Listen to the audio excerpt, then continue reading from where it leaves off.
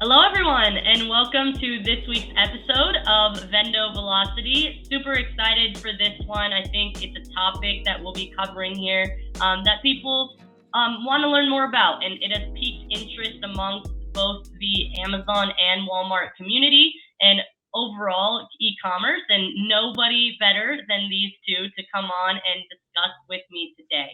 So our topic will be covering UGC, and before we dive into the details on what that is, how we look at the process, and how we measure success here at Vendo, I would like to kick off introductions. Someone that you must be well familiar with is Nicolas Martinez, because he was the guy who started the Vendo podcast originally. So Nick, I'll let you go ahead and kick it off with introductions. Yeah, thanks, Delaney. Happy to be back on here. Yeah, I'm Nicolas Martinez, SVP of Marketing here at Vendo. Within our department, we cover a lot of different bases from Amazon client marketing strategy, Walmart strategy, and increasingly kind of expanding our horizons into areas that may or may not have relevance to marketplace. UGC being, an area that, of course, has relevance to marketplace, but e-commerce in general. So really excited to dig in and share what we've been up to in that regard. Perfect. And then we also have Sohun, who's on Nick's team here. So, Sohun, I think you're a new face to Vendo Velocity. Welcome. We're happy to have you, but I will let you kick off introductions as well. Yeah. Thanks for having me. Super excited to be here. So my name's Sohan, Marketing Operations Associate. Kind of a funny title, but really involved mainly in helping scale out UGC, leading the day-to-day there, and assisting in other things, creator marketing. From a process and execution standpoint. And super excited to be here again. Amazing. So, as far as creator marketing goes, I think we could do a whole different segment breaking up what creator marketing really entails. But for the purposes of today, we would like to talk specifically about UGC. So, Nick, I will let you kick it off on really what is UGC. And I know that we review a four-step process here. So, if you can kind of take us down the rabbit hole on what that looks like, that would be great. Yeah, certainly. So UGC stands for user generated content. Originally, it was considered content that would be created by a brand's customers. So, content that customers would post just willingly and openly. Over time, that type of content started to increase as social media grew, right? And so brands started to realize, hey, we have customers that are just creating content basically for us. This is very valuable, right? Now, fast track, several years to now, and it's gone from user generated content being purely focused on the customer to also including all different types of people, whether it be, creators that are influencers, creators that are affiliates, creators that just like to create for the sake of creating, and may learn about a product through that kind of creative experience, right? So the cool thing about UGC or CGC, as some are calling it nowadays, creator generated content, is that there's so much opportunity for it, right? The creator economy has just absolutely blown up in the last couple of years, and it doesn't look like it's going to be slowing down. So here at Vendo, we noticed that trend and where it was going a couple years ago. We understood that platforms like TikTok were going to continue to lend to that growth of creator content. And being good partners to our brands, we wanted to be of service and have a solution for them. So we sought out to build out a UGC program. And I was lucky enough to have Sohan here kind of dropped in my lap about 6 to 9 months ago or so. I don't know, maybe it's been a year now. And we've really been able to take off with building out processes and tactics and reporting and all kinds of things, which we'll get into today. But Sohan, what be great if you could kind of share that four-step process, being the operations guy that you are. Yeah.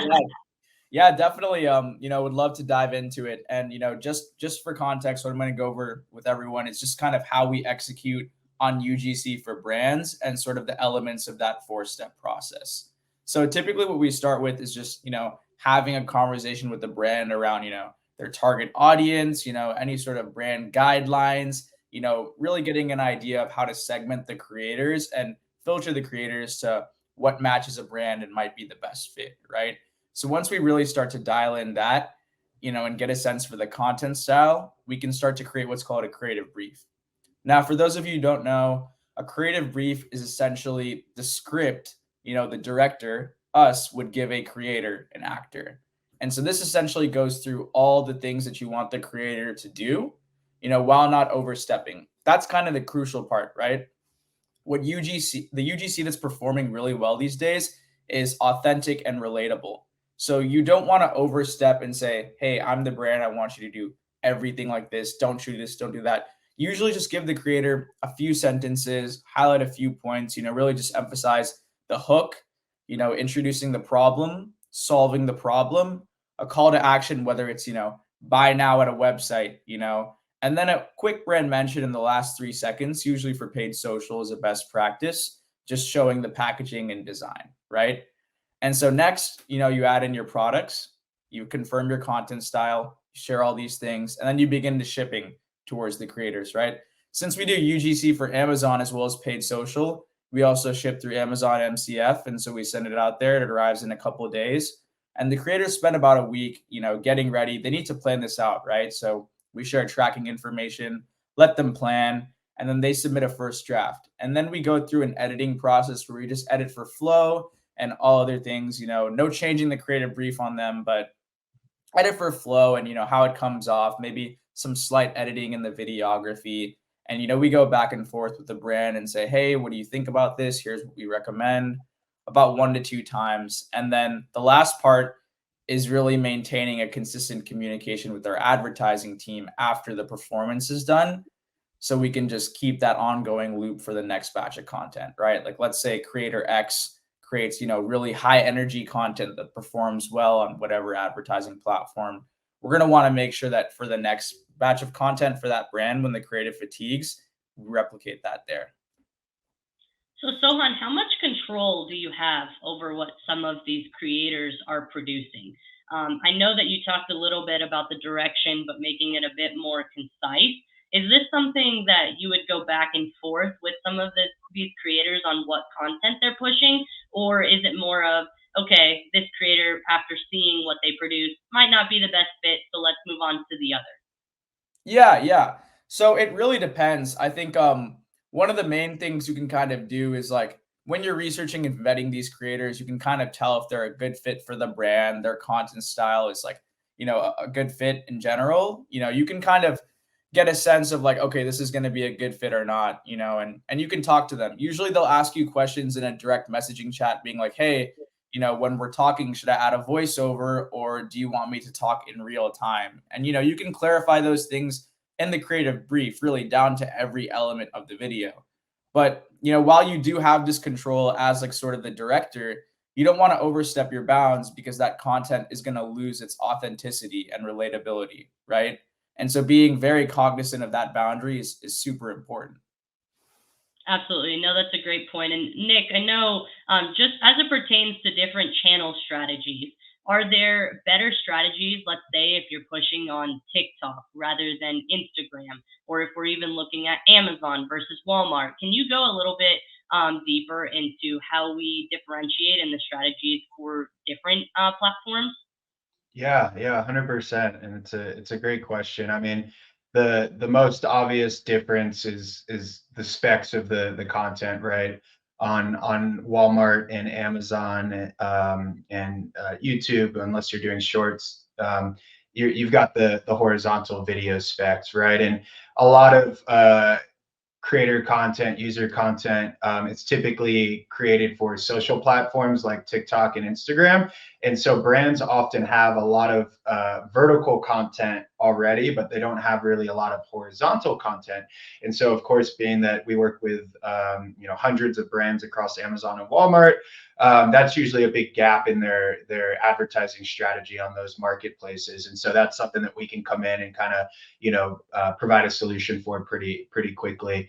But outside of just the specs of the sizing of the video, Amazon and Walmart's typically more middle to bottom of funnel, right? There's a higher intent to purchase. It's a shopping search engine first and foremost, and so you want to have information about the products that's a little bit more what you would call like tech and specs, right? Versus like branded video. Branded video does have its place on marketplaces. For example, brand stores could be a good place to have that type of top of funnel type content, or maybe even an ad that's driving to the brand store. But more so than not, you want to have something that really speaks to a call to action around driving that sales conversion, and can help basically get that click in that sale as quickly as possible.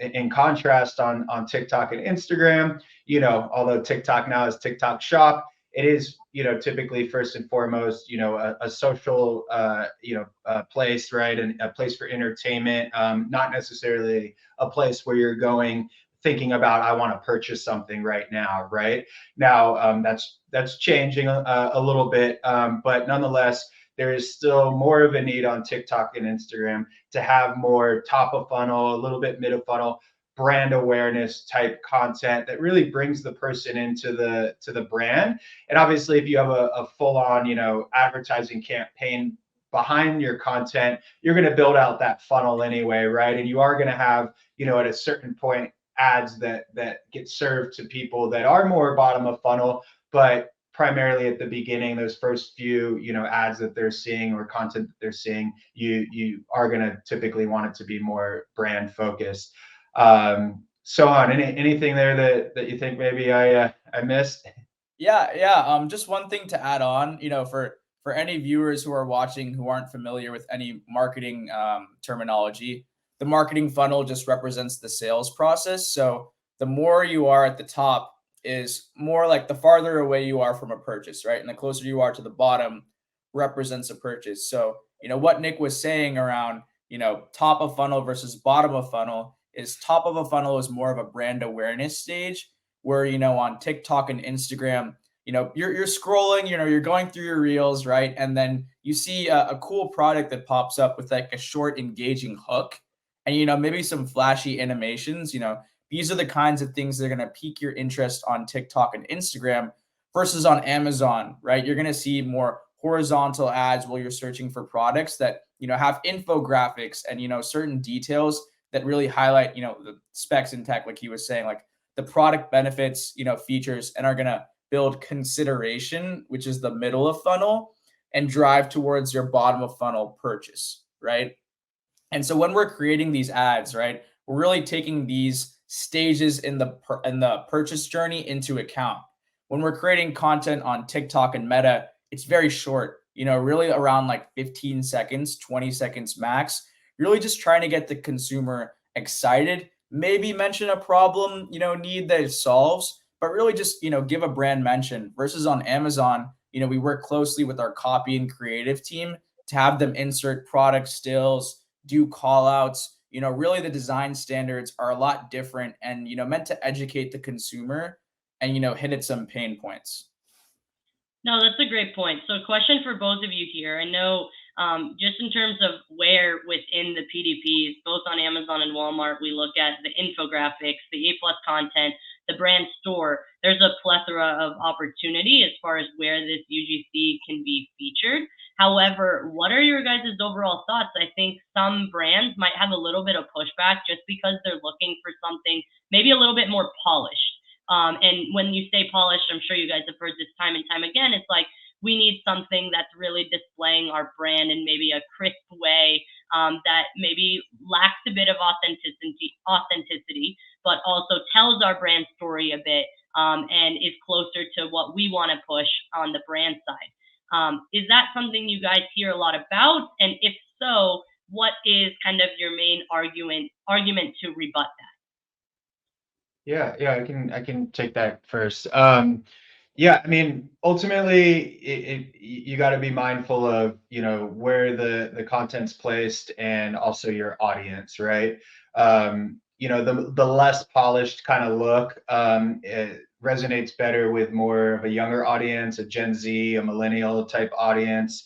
The more polished look, the opposite. It's not always perfectly like that, right? Because you have other forces that are kind of changing how people view content, such as social media platforms. But overall, that's kind of the approach that we take. Now, when it comes to Amazon and Walmart, purely UGC style content, at least for ads, is still not leveraged, I would say, as that much. Now it is changing, and I guess it's all relative, right? So relative to social platforms, right?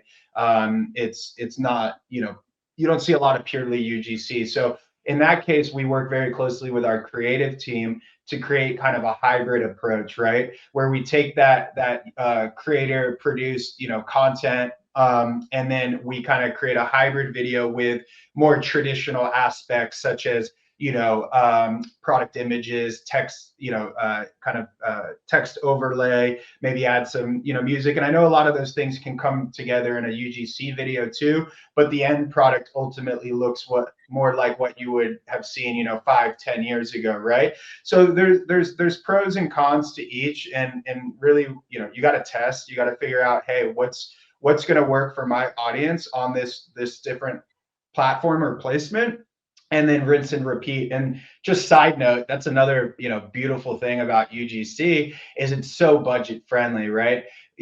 Brands, we're talking about, more traditional video ads, right? That some brands do. They're spending thousands, even tens of thousands of dollars on these video shoots, right? And sure, it might come out looking really great, but is the ROI better than, creating the $250 UGC video that still has a model? You got to test that, but we're coming from the perspective that this is the present and the future, and we want to be there for our brands to really have that as an option. No, that's a great point. And something that you said there, Nick, was just a question that I had regarding scale. How much is too much? And really, in terms of creating content for these brands at scale, how difficult is that? What is like the ideal number of videos or pieces of content in general that you would recommend Sohun pushing out for any type of brand? Is this more of an evergreen strategy, or is it more of a seasonal approach? Yeah. So, that's a good question. It really depends on a variety of factors, right? Like, for example, the first thing we do when we're working with bigger brands that want to create UGC at scale is really get a sense for their marketing calendar and any sort of promotional plans they have long term, right? Ideally, it's nice to have about, 3 to 5 creatives, at least for Meta or, other paid platforms in the pipeline at once. But you have to break these out, on a budget basis, on a product/SKU basis, and then, a use case basis, right? And so when we're looking at someone's marketing calendar, new events like supporting new product launches with new packaging, right? Let's say we're doing like a rebranding for a supplement company, we want to make sure we're hitting our unique selling points and having a couple pieces of content to support. And then additionally, also doing some A/B testing, whether that's, differentiating on the creator's age, the gender, maybe some sort of content style, right? Like a workout with me for a supplement versus, a get ready with me or day in the life, more trendy style, right? Or maybe something simple like a product testimonial. So all these tests, variables on that we're A/B testing, and any sort of products or SKUs can also, culminate to, different numbers of videos, right? So for bigger brands that are doing 5 or 6 products a month with, a very like, segmented audience, we're going to want to test lots of different kinds of content there. And then, any other things, right? Like seasonal events, new product activations. One big thing that's really been, huge with UGC is getting creators to do in-store activations. And so what I mean by that is if, let's say, product X, is launching their protein powder in Costco, and we want to drive traffic towards Costco, right? We want to, let them know like, hey, our product is available in Costco. So we'll have creators go in, And maybe they'll be in different Costco's throughout the nation, right? So we'd have different creators from different areas go in and just show that. And so at scale, when you're having all these different kinds of use cases and testing, you can really, leverage your content, pretty well for the brand.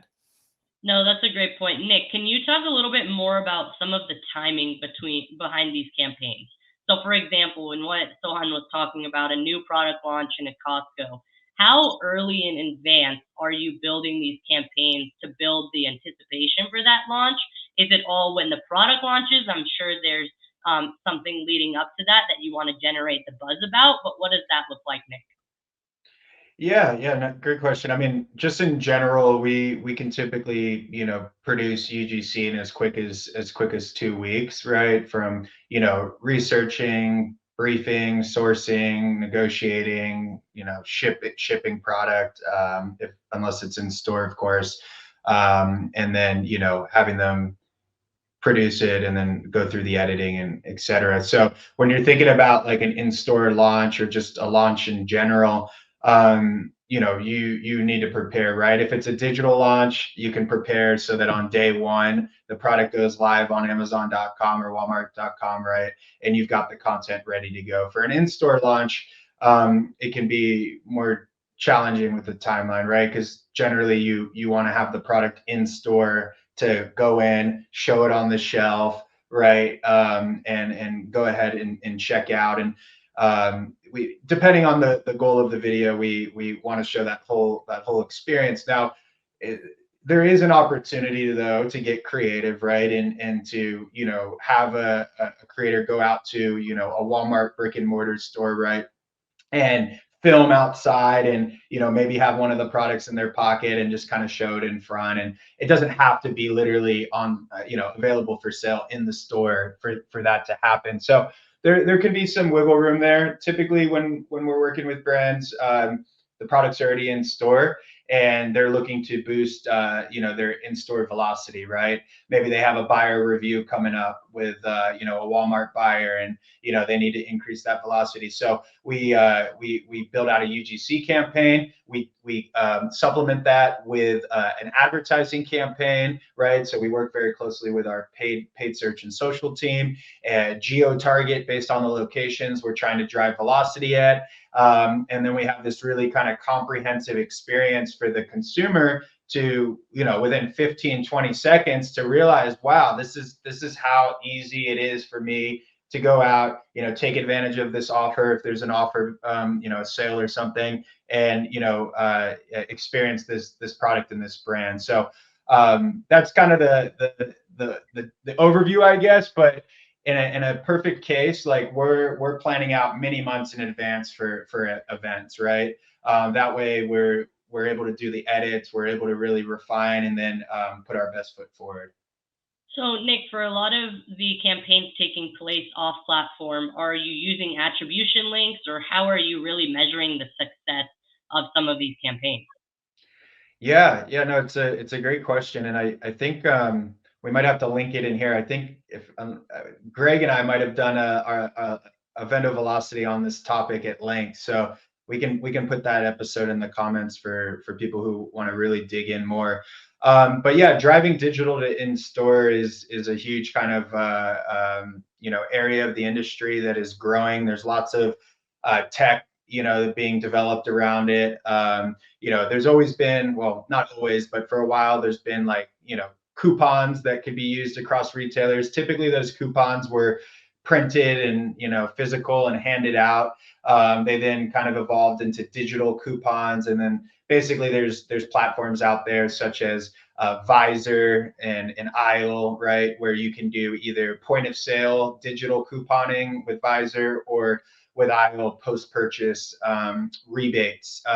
There's also more legacy platforms such as Ibotta that have been doing something along those lines for a while, and they have their own app. So it's all about just having some type of digital way to track a transaction that happens in store, and thankfully we're living in a time where there's a lot of smart people putting their heads together to make that happen, and we've had some good success jumping on that. It's not always as there's sometimes a little friction in how like a customer might understand it, right? Because it's not something that they've been accustomed to. Getting coupons in the mail and handing it to the cashier is something people have been doing for decades, right?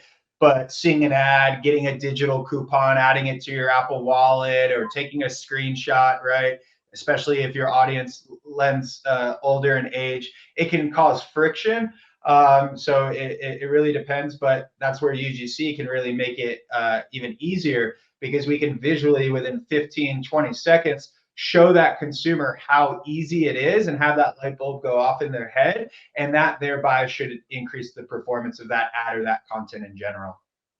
No, that's a great point, and I think the friction is definitely a huge thing to highlight there. Just especially with that older demographic, I think the younger demographic is definitely used to seeing user generated content and knows how to, of course, interact with technology a bit better than maybe the older generation. But that is really closing the gap there, which is why you see on platforms like TikTok, etc., that there is now becoming a greater older demographic that's interacting with those platforms as well.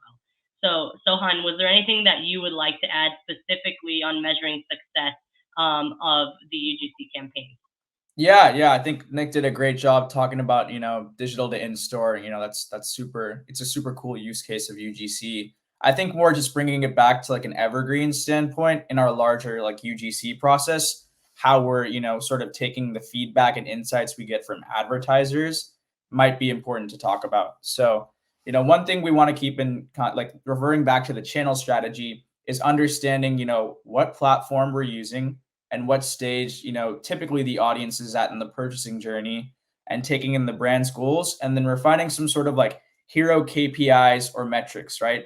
When it's like something like a paid social like TikTok or, Meta, we're going to be really looking at, okay, like which UGC has like the highest, click-through rates, right? Like, what percentage of like, views or impressions are really like clicking on the ad.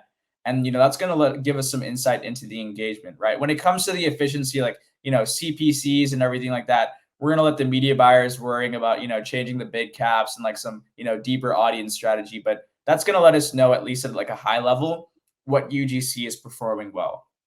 And so what we're going to do after that is identify, usually the top couple performing creatives, and really lean into the elements and, talk to the advertisers or other relevant stakeholders saying, hey, based on your audience strategy, do you think age might have been a defining factor for this best performing creative? Or was it really more the gender over here? Or, oh, like, this type of content style performed really well. And, we'll make assumptions and inferences there. And then we'll ultimately use and leverage those insights and optimize that into next batches content. And so that's really where like, Vendo like differentiates itself is, we have all of these services in-house so we can all talk to each other, right? Like I can talk to Greg on the performance of a paid social campaign, and me and him can brainstorm for next launch, right? And then if we're doing a, conversion-based campaign, same thing, looking at, conversion rate and other metrics like that to identify the best performing ones. That's all I'd have to add. No, that's a great point, and I think it ultimately comes down to also with Vendo the ability to test and learn a lot more than maybe you could elsewhere, just due to some of the resources that we have internally that Sohan was speaking about there. So, if you are interested in learning more about Vendo's UGC services, Nick, where can they find you? Yeah. You can find me on LinkedIn, obviously. You can email Nicolas, Nicolas at vendocommerce.com. Yeah, and we'd love to chat through it. We can, always do just complimentary consult and really just kind of talk shop, figure out what you're thinking, and put together a solution for you. Amazing. And you guys might have questions specifically about TikTok Shop's affiliate program, which we are excited to let you guys know more about in the coming weeks. So we'll definitely have these two back on the Vendo Velocity podcast shortly so that we can review some of the best practices there, because I know we didn't touch on it too much, but that's a whole beast in itself as well. So thank you both for joining us today, and I hope everyone has a great week. We'll see you next week for Vendo Velocity. Thanks, everyone.